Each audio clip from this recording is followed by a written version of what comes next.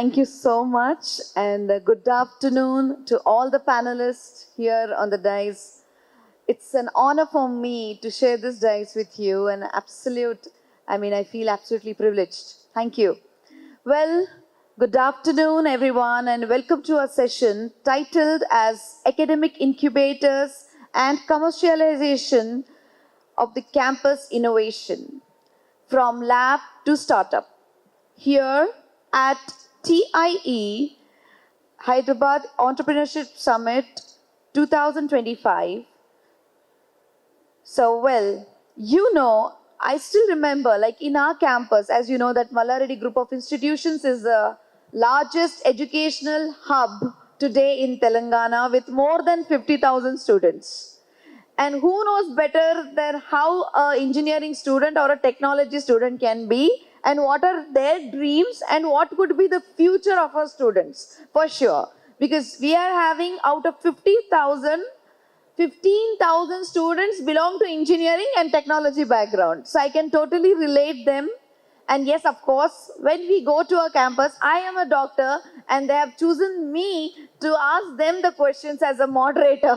So hats off to this combination of from MD medicine to technology. So today I am here to learn a lot from these pioneers from different areas of education, different fields. So I am truly excited and also nervous. Well, as we all know that in engineering campus, we all have incubation centers. We all, of course, do have. But then how many of them actually go into the market is the question. So as you know, the topic is from the lab to the startup. That's the question. The commercialization of the incubation center, the commercialization of all the startups, taking them to the market is a challenge today. There are so many research projects going on in a campus, but hardly anyone in the public or it goes into the market. Well, I can always see when I go into a campus, I can see the lab full of bright students working on robots, arms, mock satellites, sensing devices. And I asked, so when will these become companies? My question to my students is this, that when will these become companies? The answer then was fuzz. So today the path is clearer, but it still needs clearing. We have with us three distinguished panelists who are going to help me, and they come from different areas, of course, mostly from academia.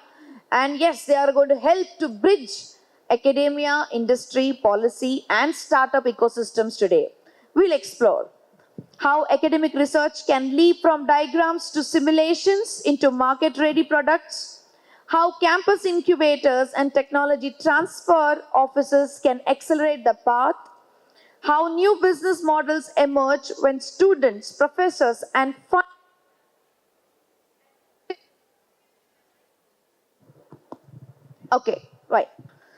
and crucially, how institutions can create inclusive innovation that doesn't leave the talent behind. Let's begin with a panelist introductions and then dive into a set of questions. I am excited for a deep, transparent, and actionable conversation. So let's get started. Before I take an honor to introduce you, I give the mic to you so that you can tell more about, introduce yourself better than me, because I come from a medical college background and you can help yourself more. So further, without ado, I request all my fellow panelists to share a short introduction respectively. Thank you. So let me introduce you our first panelist, by name at least, that is Dr. M.J. Shankarji, the CEO of IIT Madras Pravartak Technologies Foundation. Sir, the mic, please, over to you. So I am the CEO of IIT Pravartak Technologies Foundation, which is a technology innovation hub of IIT Madras. I have been an entrepreneur, I have been an employee, I have been an employer. So I have all the combinations. So that's why the director thought that I can take over as CEO of IIT Pravartak. And we have been doing quite well. We have incubated about 52 companies. Our valuation of these companies crosses about 1,500 crores as of today. Oh.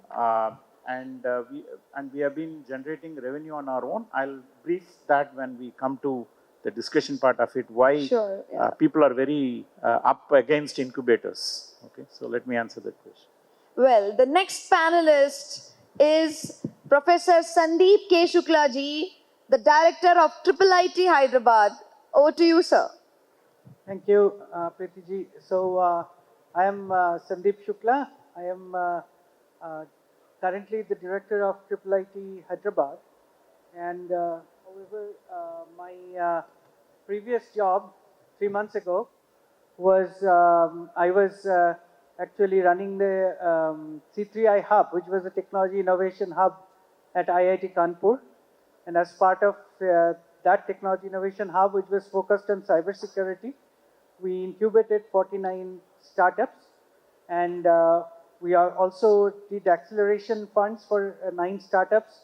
And I'll tell more about what happened to those startups or what is happening to those startups in due course of this discussion. Okay, sir. Well, our third panelist is Professor Soumya Mukherjee, sir. He's the director of BITS Pilani, Hyderabad. Sir, over to you. Can you? Or you can take my mic. Okay. So my name is Soumya Mukherjee, and I spent about 26 and a half odd years in IIT Bombay. After that, took a lean to be the director of the BITS Pilani Hyderabad campus for about a couple of years. Started a couple of companies in IIT Bombay, which was they were. I used to think that I used to do tech, but when people said that is software, I felt deeply bugged. But now they have a good word for us, which is called deep tech.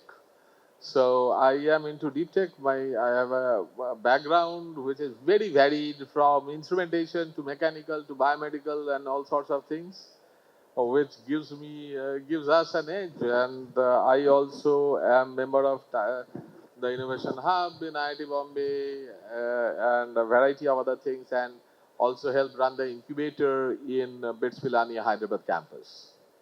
Okay, so, well, we'll start with list of questions, and I think every one of you, like each one of you, has a different set of questions. So, to begin with, Dr. M.J. Shankar, sir. Sir, my first question to you is, at IITM Pravratak, you lead a technology innovation hub that sits between academia and industry.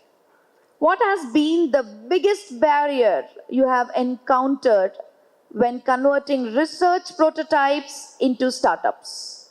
Okay, there are 2 or 3 things that we find as problems. One is every person who does the research, they think that theirs is the greatest research, and that can be converted into a product the very next day, and customers will buy it.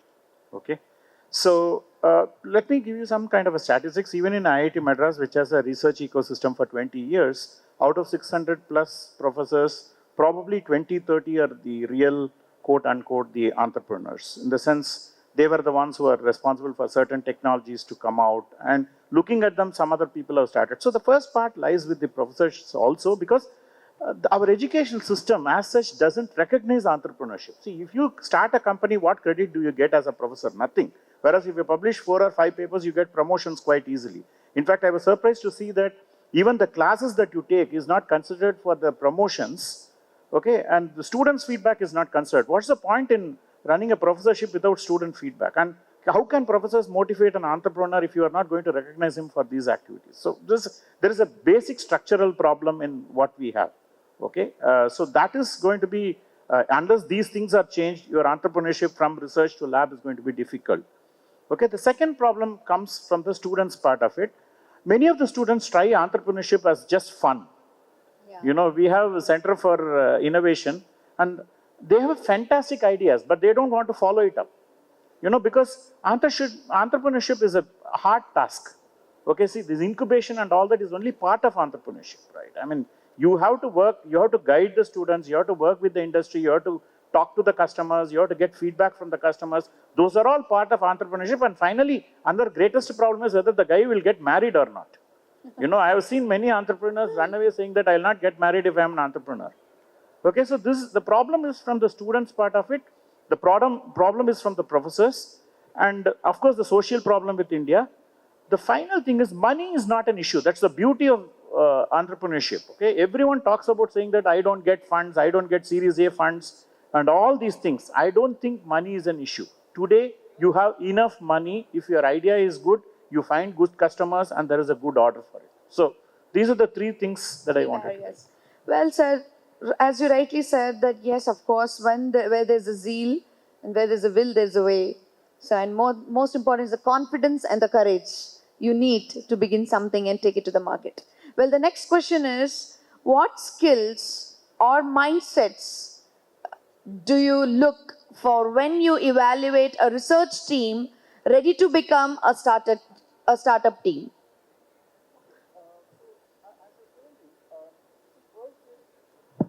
First is any team that comes to us, we go through something known as the customer meet. Okay, so we try to ask through our Gopalakrishna Deshpande, because IIT Madras has an excellent ecosystem. In the sense, once you want to start something, there is a Center for Innovation, and once that comes up well, they are put through something known as Gopalakrishna Deshpande Center. Okay, where they have to meet about 100 customers within 3 months. And they have to give their product to the customers, or at least tell the idea, get the feedback from them. And we have seen that many of the people have even gone out after this stage because the customers don't want the product. So we do a reality check at the first level. Then we bring them to Pravartak, where we ask them to do a proof of concept. And at that time also, you go through the customer's cycle, because customer is involved at every point. It's not just that I take money, make a product, and then finally I give it to the customer. And then once the proof of concept is done, then we always do a prototype. Even that prototype is given to the customer, we review it. And finally, if all these things go through, actually funding becomes very easy. Because when there is a customer, okay, the VCs actually come and fund it very easily. Now, one thing that we do extra is that, there is this valley of death that happens. My next question was the same to you. So the value of, so why do these startup companies die is because you don't have a cash flow. Okay, so at Pravartak, we look at a cash flow for these companies also. And this cash flow comes because we do technology development, and part of the technology development, we actually hand it over to these startups. Okay, the startups has a small team which will ensure that there is a cash flow that comes to them. That's why 14 out of our 52 have at least gone to the market today. Oh, nice. That's nice. Well, sir, as you've already taken this question that whether the value of death is real in deep tech, and how is your incubation framework designed to help innovators cross the gap to market? So any startup dies between 3 to 7 years. Oh, okay. So this is the valley of death, and they die simply because they don't have cash. Okay. So this is the problem that we try to solve, because once you make them float through that 4 years, how do we get cash flow? See, we have an advantage. We are not just an incubator. So we also have to do technology development. We also have to do skilling for deep tech, because what happens during the valley of death is people with good talent leave. Okay, then you can't replace the talent. So since we have a coordinated effort of technology development and skill development, we are able to continuously give people to these startups, so that startups don't lose the good people, or even if they lose the good people, within 1 month they are able to recover back what they have lost. So these are all very important.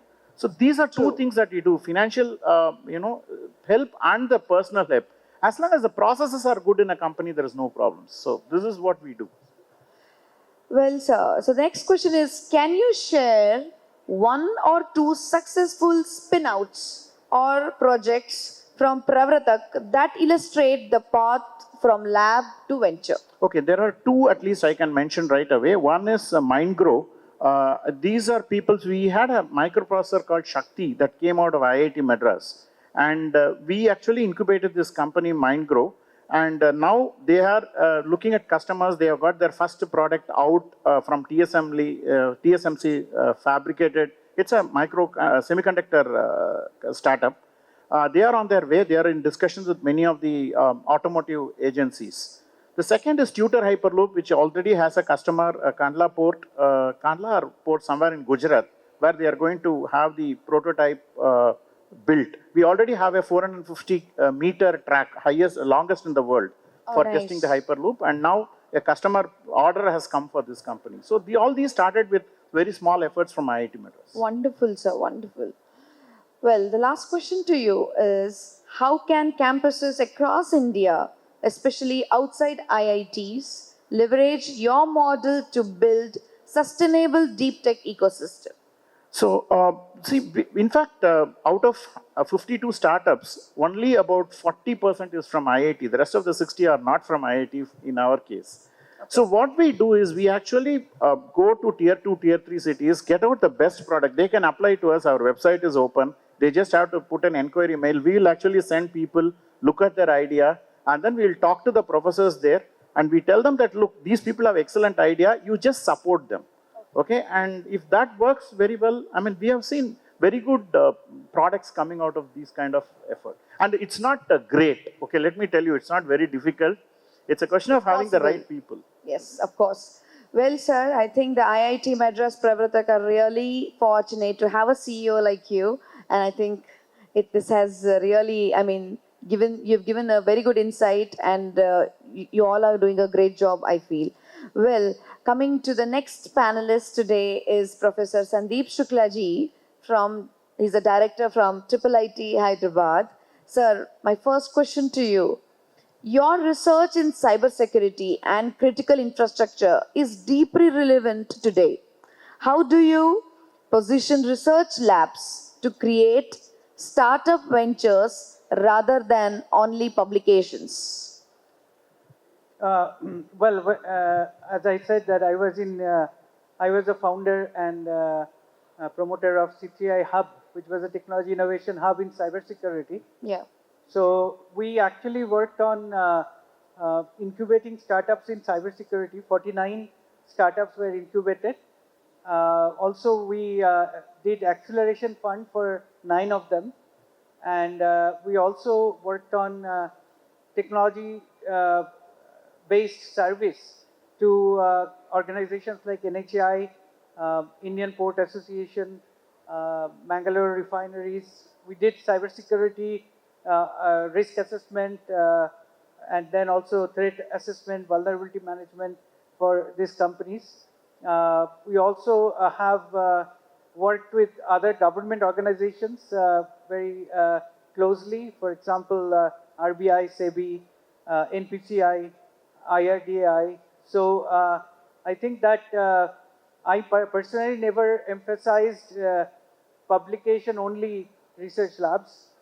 Publication should be a symptom, not a goal. Publication should be a symptom that work is happening, innovation is happening, but publication cannot be the end goal. The end goal is innovation. Innovation, yes. And that has to happen continuously. And if innovation happens, you patent them, you actually license your patents, or you actually yourself can go for entrepreneurship, which is harder, but you can license your patents. So we have done quite a bit of patenting also. So I think overall this publication only culture is coming from the Western world, and that is actually killing the Indian innovation ecosystem. So I think I never promote publication only ecosystem. Okay, well said, sir. Well, the next question to you is, as the director of TiE Hyderabad, what is your strategic plan to scale the institution's innovation and incubation outputs? So, fortunately, as I came into TiE as a director 3 months ago, I found that we have a Center for Innovation and Entrepreneurship called CIE. And in fact, last night, they won an award for their entrepreneurship ecosystem here in this program. Oh, congratulations. So we have a pretty large-scale entrepreneurship and incubation ecosystem. And also we have on-site, presence of many of these innovators. Also, TiE is, unlike other institutes, it doesn't have any department. It's actually a union of research labs. So the labs actually, so all students, all teaching, including undergraduate, is research-based. So innovation has been at the very core of IIIT's DNA. Yeah, it's the soul of your Yes. campus, right? Well, sir. Now the next question is: many lab teams lack commercialization experience. What incubator services do you think are essential, whether it's monitoring, IP management, funding, or go to market support? Yeah, so that's a very good point that people who come out of this technology labs, they do not understand cash flow, for example. They do Uh-huh. not understand business. They do not know what their go-to-market strategy is. They do not know, how to go and pitch their cases to the investors. And I have seen many companies die because of a lack of these things. Street smartness, Yeah, I should say. we used to often organize something like Lions Den as part of our annual program, where we would call some of our startups and bring some of the investors, and then ask them to pitch in front of them. But I think that is not enough. We need to work with, we need to create a mentorship program, which from the successful entrepreneurs as well as successful business people and the VCs and so on. So that kind of ecosystem could help a lot with this. To give them kind of issues. confidence Yeah. and to Yeah. project them or expose them to the market. Well, the next question to you is, sir, how do you measure success of academic incubators? Is it number of spin-outs, revenue, jobs created, or patents licensed, or something else? I think it depends on the mission and vision of the incubator, right? So most incubators in India, university incubators, were created because government decided to give funds, right? Without any vision or any mission, right? And they are doling out some money to anybody who comes their way, and that has led to a misinterpretation of what entrepreneurship is. Yes. And so I think that we need to measure in terms of how many of them actually succeeds in actually in go to market eventually. But also patenting is important because you have to protect the IP rights. Otherwise, even if you create a It might startup, down, yes. somebody else will actually start and Yeah, outcompete you. So we have to do all that. So I think it's a combination of all this. But mentorship should be top class. Without mentorship, you cannot expect them to succeed. Even Exactly. with mentorship, only 10% will succeed. True. Well said, sir. Well said. Well, then the last question to you is: how do you ensure that student-led startups emerging from research labs are market-driven rather than only technology-driven? Yeah, so I think somebody was saying, you were saying that technical people like us, we always think that what we have done is the best in the world, and everybody is going to lap it up as we build products out of them. But actually, it doesn't happen. So actually, one has to understand the market demand, customer demand, or you have to be able to be like Steve Jobs to create a market of a completely new thing that nobody thought about, right? Absolutely, So, which so is you have rare. to do one of those two, otherwise you are not going to succeed. True. And that's difficult, but students have to do that. Otherwise, Yes, otherwise of there's no course. Think out of the box Yes. and do it. Yes. Well, sir, what an absolute insight you have given about, especially innovation, and getting all these startups into market. I think that's what IIT, Triple IT Hyderabad is all about. So I can totally understand that you are completely immersed into innovation.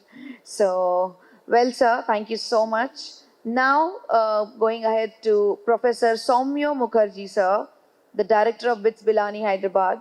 So, my first question to you is: with your background in biomedical instrumentation and sensors, you epitomize lab to product. Can you share how one of your projects evolved into a commercial venture? Nothing to do with biomedical though.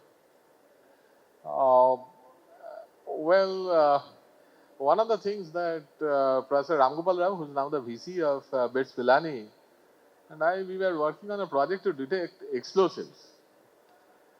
So he took up micro cantilevers, that type of work, and I took up micro heaters. Micro heaters was a sideline job in a sense that, well, most likely it is. But then the micro heaters turned out to be simpler. Mm-hmm. Okay. And one of my students, he one day comes up to me and very excitedly says, you know what? I have this micro heater which I just fabricated, and it can just turn on and off in milliseconds. And wow, you know, let's see. And he turned on and off, powered to it, and it went red, black, and because it was heating up to red and going to black. And we put nanogram or so of TNT on it. We saw that it could clean up the TNT. That means the TNT is burning out. It was not exploding, by the way. That would have been a disaster. A nanogram, even if it exploded, nothing would have happened. But yeah, so that turned out, and we started a company called Nanosniff, which took both the micro cantilever and the micro heater into this thing. But the micro heater part has now gone into the market, and it is being bought by, and it was a long time ago, mind you. Okay. It the gestation period was superbly high. Mm-hmm. But finally, it is being the orders are being placed by airports and other places who are trying to replace the IMS systems, which are very costly, with these micro heater based systems which we have developed. So yeah, Okay. so that is one of them. I mean that was a research which was done in the lab. Started the conceptualization was in the lab. Okay. Sometime back, one girl came to me. She is a joint student and sort of works with me. She did her PhD in Jadavpur. I was a co-guide. And she comes up and says, sir, big problem is there. This in the milk, they are mixing all sorts of oil. Paolin oil, burnt vegetable oil in which they had already fried jalebis in. They're putting it in milk and selling it to the distributors, and the distributors have no way of figuring out. I said, you know what? Let's look into this problem. And within a month, we had come up with a solution. It is being demonstrated to some of the biggest milk producers in the company today, and we had started this work about 3 months back, or no, not 3 months back, probably 6 months back, and it is being demonstrated today to some of the literally today to one of the biggest milk manufacturers in the country, or milk aggregators, distributors in the country, who is very interested in this technology. So here is one which had a very quick turnaround. It was very strong market need, completely market driven. Whereas the micro heater was something that we conceived of. We knew that the market needed it, but the market did not drive us really. Here the market was driving us, and quick turnaround. Well said, sir. The next question to you is, at BITS Pilani, Hyderabad, how are you aligning the curriculum, labs, and incubator to ensure student innovations get market validation early? That's a tough one. Okay. Really, frankly, So BITS the has questions been are not prepared by me. I'm sorry. I know. I know that you will not put me in such a spot, but BITS Pilani has been a cradle of innovation in a country. If you look at the number of startups, the number of unicorns, and all that, BITS has an inordinately high proportion of such in the history of the country's education and startup ecosystems. Uh, so the very teaching methodology is quite innovative. People are encouraged, and that is not today. It has been people have been encouraged from the 1970s, literally 75. to take courses in various departments and to have a global knowledge. And we, at that time also, this thing was developed called the practice school. And where people spend the time actually working in industry and the faculty are monitoring them. It is not like that go to that industry and work, we don't care. It is an academic requirement and the faculty monitor them literally week to week. And so the people know what the industry needs and what are the, before even they start the job. So when they go to a job, they already are sort of half prepared. That makes a huge difference in the outlook. Outcome, yes. And that leads to possible innovation, innovative mentality. Let's say I go to Microsoft and I work for 6 months, okay? And I'm a young brain, right? Young brain is full of crazy ideas. They might come up with something, you know what, this is what Microsoft does not do.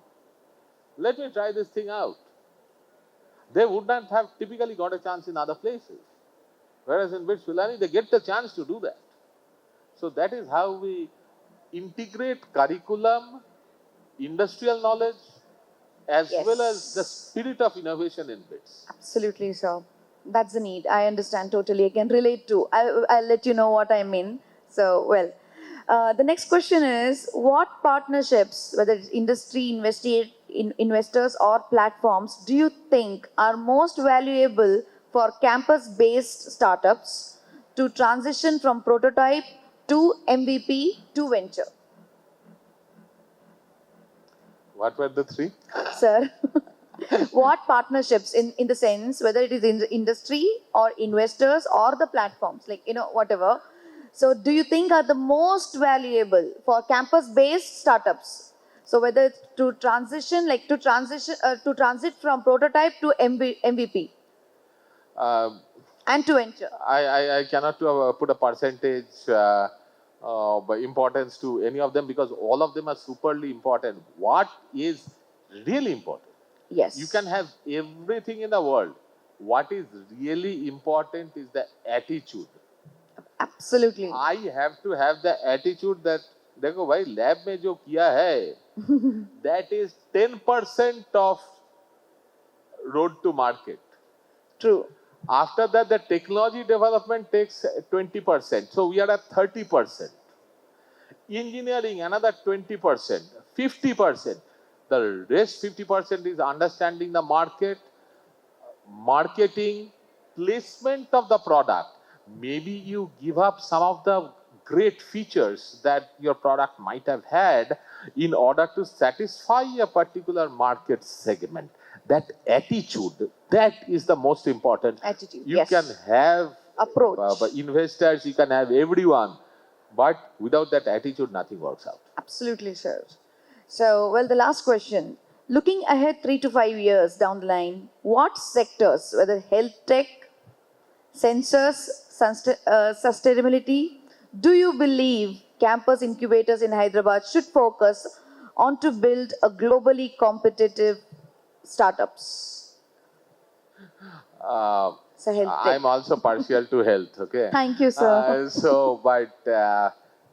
Again, I mean, when you say health, if you look at the One Health mission and things like that, health is also equated very, there's a very high overlap with health and sustainability. So that part is, that overlap is there. And so sensors and all that forms part of the whole health sector, the One Health system and things like that. And India is signed up to the SDGs and the One Health system now. I think one should go to the market, understand the market, and if one has an idea, jump onto it, whichever sector it is in. I mean, 8 years down the road, back, or about 8 years, I invested in mutual fund. Okay, I can't invest in shares because I'm too stupid, and I don't have the time to go through the fund. You give money in mutual fund. I put money in defense.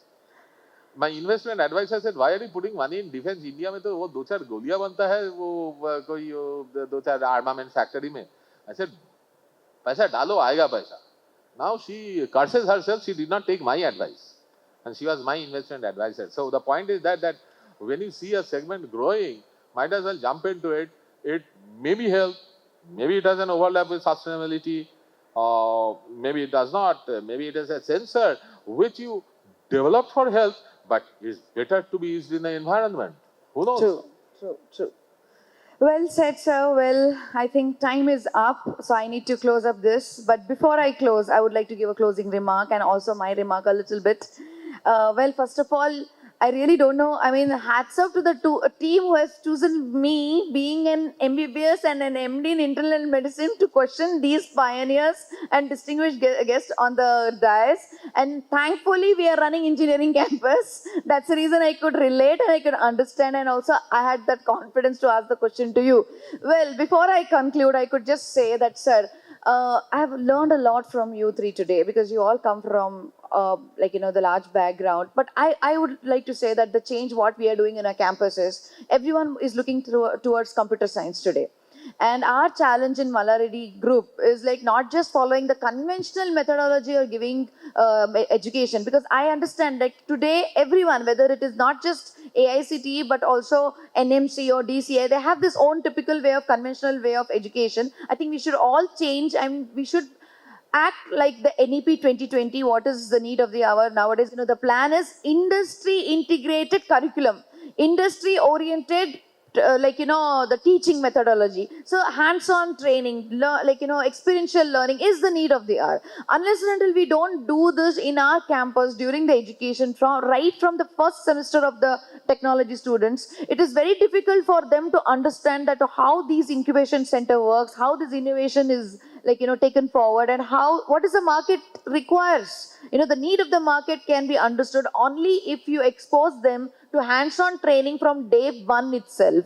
So in our campus, believe me, every student, they have laptop in, we have made them laptop mandatory. My father-in-law always say, "Me life partner ante me laptop. Laptop is your life partner." Well, his dialogues are absolutely patent. Aina gurinchi nenu maatladalchukoledu. But yes, what I can understand is, we have to change the mindset of the student right from the day one. We need to tell them that yes, industry is waiting for you. So that's the way we are trying to mold our students. And I'll tell you the change today. Our students, like 4 years back, our fourth year student and our first year student today are almost equivalent. So competent based education is what we are targeting upon. The first year of the students are almost equivalent to the fourth year of the students. Now they're at least able to understand. So well, thank you so much. And today I think thank you for giving me this opportunity to ask them questions, so that I take all these ideas and implement in our campus. Well, thank you, sir. Well, thank you to each of our panelists for your rich perspectives. And this has been a wonderful dive into how academia, incubation, industry and policy must align to take campus innovation from the lab bench onto startup runway. Let's remember, it's not sufficient to have brilliant research. The ecosystem must provide mentoring, funding, IP, navigation and market access. When those gears blossom, lab innovation becomes commercially impactful. As we conclude, I invite you all to reflect on this question, that if every campus produced one market-ready venture in the next year, how many Indian lives could that transform?